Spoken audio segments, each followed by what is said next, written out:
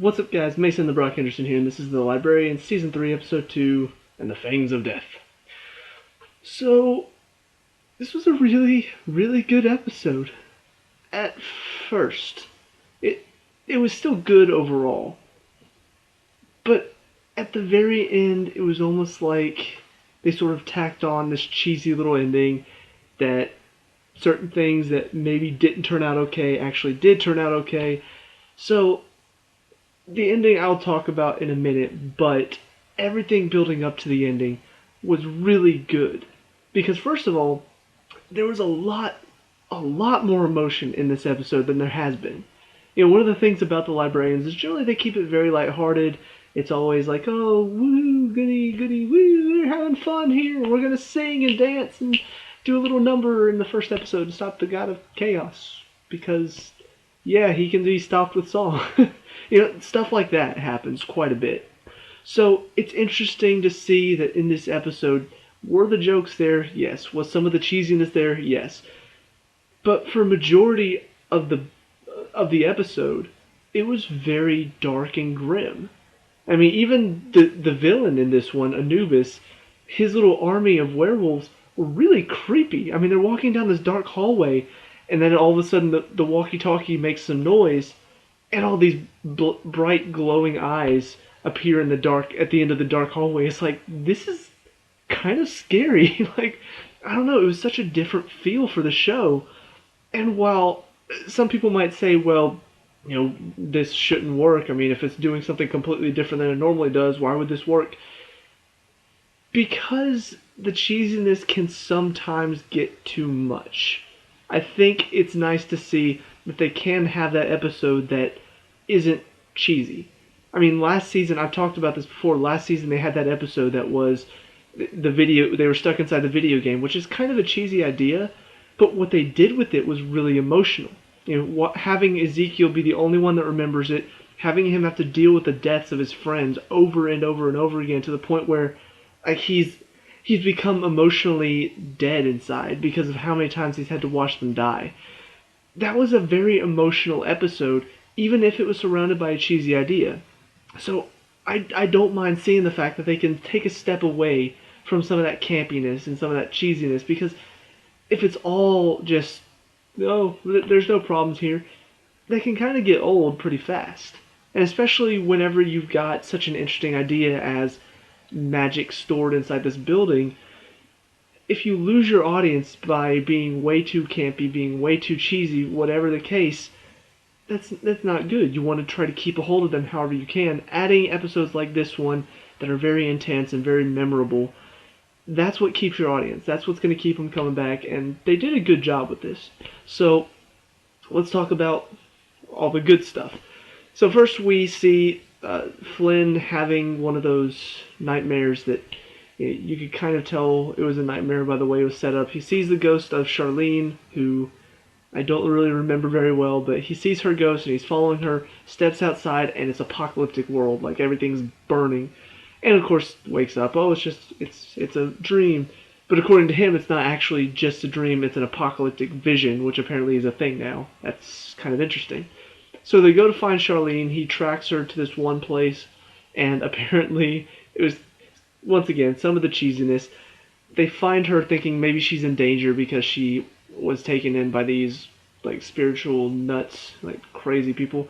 And it turns out that she actually cast an enchantment spell, and we're having all of these like big, muscular, like six-pack looking, just hot guys giving her massage and like, you know, just pampering her and stuff.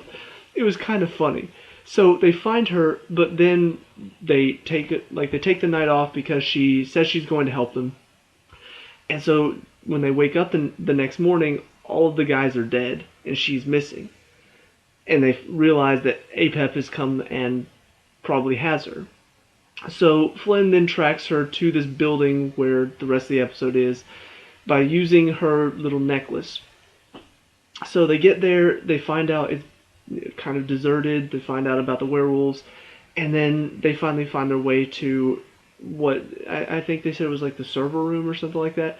So they start watching a video and see a woman who looks like Charlene walking up to this, whatever it's called.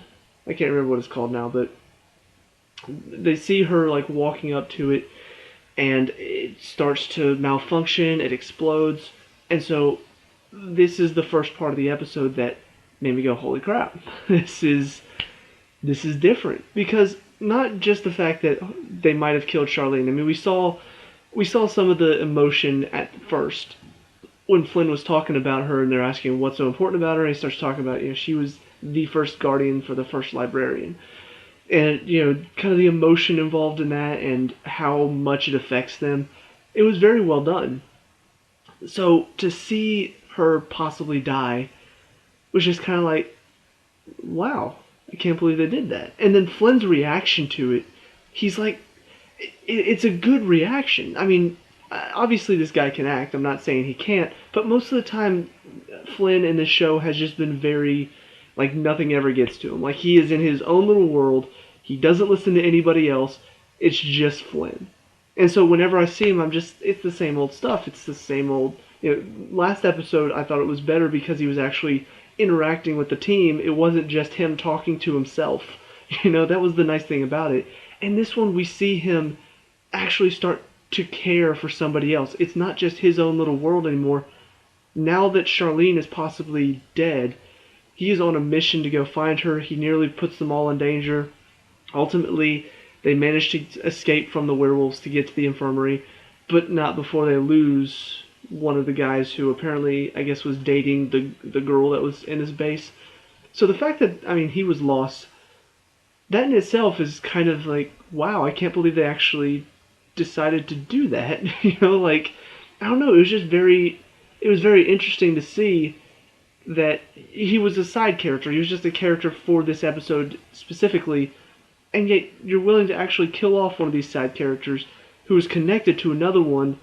It's interesting. It's not something that they're normally used to doing. It's not something that you'd expect them to do. They did it a couple times last season, but it wasn't something that we actually got to see and experience. It was always, oh yeah, somebody died by this magical entity, but it was off screen, so we didn't see all of that. So it was interesting to see him actually die on screen. We see the reaction of his girlfriend or fiance, they never talked about their relationship. We just saw that they were in a relationship. And then, of course, after that, Ezekiel collapses the bridge. One of the werewolves jumps across and grabs him on the leg, bites his arm, so now he's turning. And so they get to the infirmary. They find Charlene's necklace, and that's when we see Flynn at his most broken. And this is where, like I said, you really get to see this guy can act. He's just so broken down, and that confidence that normally follows Flynn everywhere he goes, he's just sitting there lying on the bed like, this place needs to blow up. Nobody else can die because of me. And it wasn't cheesy, it wasn't campy. He looked really broken. And I'm just like, holy crap. This is new territory for this show. They are taking a character that has been one of the campiest characters in the entire first two seasons, and they've really broken him down and made him more relatable. And that's something that I didn't expect him to do, and they did it very well. So, really good scene. And ultimately, Ezekiel is the one, starts giving him a pep talk, starts telling him, look, it's not how many people are going to die because of you, it's how many people are you going to save because of what you do here. It was a good little speech. It got him motivated again. It got him thinking again. And so he comes up with a plan to get them to shut down the thing, because the main leader kind of lost his mind. He's kind of just that idiot that you throw into a situation and he makes all the wrong decisions to make things harder for our heroes. So he goes to make the reactor thing self-destruct. So now Flynn comes up with a plan to stop the reactor from self-destructing, gets Ezekiel to turn on the steam, scatters all the werewolves. And so they finally get there, and just before they shut it off, he realizes, wait a second, we can use this to trap Anubis back where it came from. It's about to do the whole time thing that it did before. So he realizes we can't turn it off just yet. So he goes to find Anubis.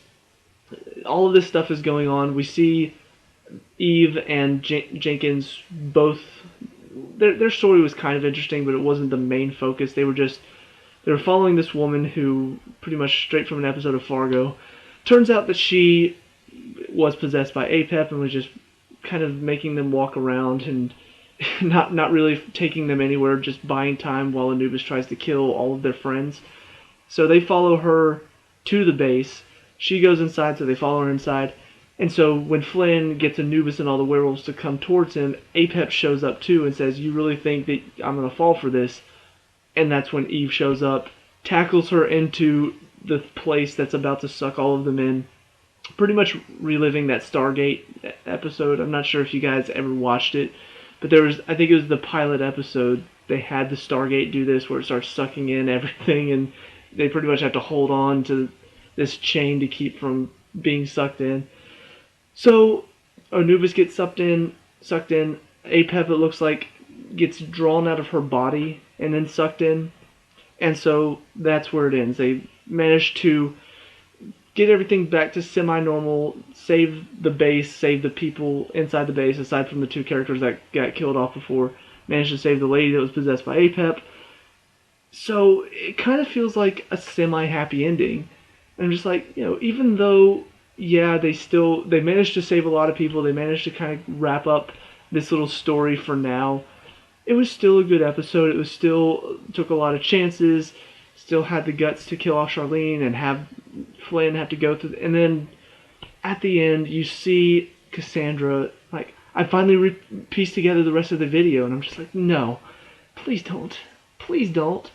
And then she finds the video. She finds a shot on the video when the woman was looking directly at the camera, zooms in, and it's not Charlene. Now, this doesn't ruin the episode at all. It's still a really good episode. It was still really emotional. A lot of good stuff about it. Very dark, very grim, very emotional for the Librarians. But this just kind of makes it... It just turns the episode into not as emotional. It's kind of like the Ezekiel one from last season. Whenever he has to go through this, he goes through all of the video game stuff, he has to go through his friends dying over and over and over, and you can see it's breaking him down. He's becoming stronger emotionally because of it. And then at the end of the episode, he managed to help them all escape. They managed to bring him back, but he doesn't remember any of it. So it's like all of that emotional building, all of that character building you did with Ezekiel's character, all of that gone. Reset. There's no emotional weight for him anymore. He hasn't grown at all emotionally. It was kind of disappointing, and this kind of feels the same way. It feels like they grew Flynn's character a little bit. They grew him because he had to deal with the death of Charlene, and the fact that she's gone now, what he's going to do because of that. But instead, they just tack on this ending where, oh, she's still okay, that wasn't her. For some reason, her necklace was there, though. And ultimately what it leads to is what I was hoping they weren't going to do this season. Flynn leaves to go find Charlene, so now he's not a part of the season anymore. I'm really disappointed, because from these first two episodes, I really liked Flynn's character. First season, when he left, I'm just like, I could care less. He wasn't really that interesting. He seemed really arrogant. I'm not really sure I like him that much. He came back, and I'm just like, okay, he's helpful, but he's not really a team player. Second season starts up, same character. I'm just like, okay, he's not really that helpful now. He's just sort of in his own little world. I don't mind seeing him go again. He comes back, and there's a bit more emotion involved. He really does help out and work with the team. I'm just like, okay, he's good. This season starts up, he's working with the team very well. He's taking input. He's actually listening to them and not just talking to himself. I'm just like, Flynn's a good character. This episode, he goes through some emotional turmoil and has to really deal with the fact that he may have lost a close friend. And I'm just like, okay, I'm sold. I want to see Flynn this season. I want to see more of him. He's gone. Again. And it's the same formula that they've gone through the first two seasons. I was hoping they weren't going to do that, because it would have been so much more interesting to see Flynn working with the team. Flynn dealing with the fact that he may have lost a friend. I would have loved if they had just ended this episode with Charlene. Maybe she isn't dead. Maybe they find out later that this woman wasn't Charlene. But don't end the episode like that. and on a note of she still might be dead. You know, it still looks like she's dead. Flynn has to deal with that fact. He's working with the team now, and he's got to sort of look at himself. He's got to say, okay, my arrogance is getting in my way. I need to focus on that. I need to focus on changing that and really start working with the team. And that's the story for the season now. And of course, the whole apocalypse is on its way. That's something that they can have in the background. But just this little cheesy tacked on ending, while it is the Librarians, it feels like this is something the Librarians would do as an episode. I was hoping maybe they had changed it after watching this episode. I was hoping maybe they had changed it up a little bit. Maybe they had fixed that, and maybe they were actually going to take a chance here. And then ultimately they don't. Just kind of disappointed. I don't know. It wasn't, like I said, this episode was not bad. It was good overall. Aside from that ending, I would say probably the best episode I've seen so far. But even with the ending on, it's still a good episode, and it's much better than the average Librarians episode. So that's a step up in my opinion. Hopefully they can continue along this vein and really start to make this show more than just, oh, we're just all cheesy and happy-go-lucky and whatever. They can actually start to add some emotional weight to it, because it could use it at times. So we'll see where it's going from here, but for now, this was a good episode. I still really enjoyed it. I wish they hadn't ended it that way. So we'll see where it's going, but for now, let me know what you guys think down in the comment section below. What did you like and dislike about this episode? Let me know. We can talk about and discuss all that good stuff. Leave a like and subscribe for future Librarians reviews, and I'll see you at the next one. Peace out.